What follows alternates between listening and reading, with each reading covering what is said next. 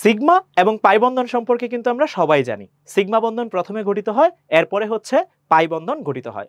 অর্থাৎ যদি কোনো একটা জায়গায় তুমি একটা বন্ধন পাও তাহলে সেই বন্ধনটা সিগমা বন্ধন। যদি কোথাও দুইটা বন্ধন পাও তাহলে একটা সিগমা একটা পাই। যদি তুমি তিনটা বন্ধন পাও তাহলে একটা সিগমা দুইটা পাই হবে। তাহলে চলো এই কনসেপ্টটুকু ব্যবহার করে আমরা এই প্রশ্নটা সলভ করে ফেলি। C2CN4 যৌগে সিগমা ও পাই বন্ধনের সংখ্যা কয়টি? প্রথমেই যেটা করতে হবে, এই যৌগটার গঠন তোমাকে প্রপারলি আঁকতে হবে। সো চলো আমরা এই যৌগের গঠনটা দেখে ফেলি। যৌগের গঠনটা হচ্ছে এরকম, কার্বন আছে দুইটা, এই যে C2, তারপর সায়ানাইড হচ্ছে একটা, দুইটা, তিনটা, চারটা। সায়ানাইড কয়টা চলে আসলো? চারটা। এবার চলো একটু গুনে ফেলি। এইখানে তিনটা বন্ধন আছে, তাহলে একটা সিগমা দুইটা পাই। এইখানে তিনটা বন্ধন আছে, একটা সিগমা দুইটা পাই। সেম ভাবে এখানে একটা বন্ধন, তাহলে এটা সিগমা, এটাও সিগমা। এখানে দুইটা, একটা সিগমা একটা পাই। এনে দুইটা আছে, একটা একটা করে, দুইটাই সিগমা।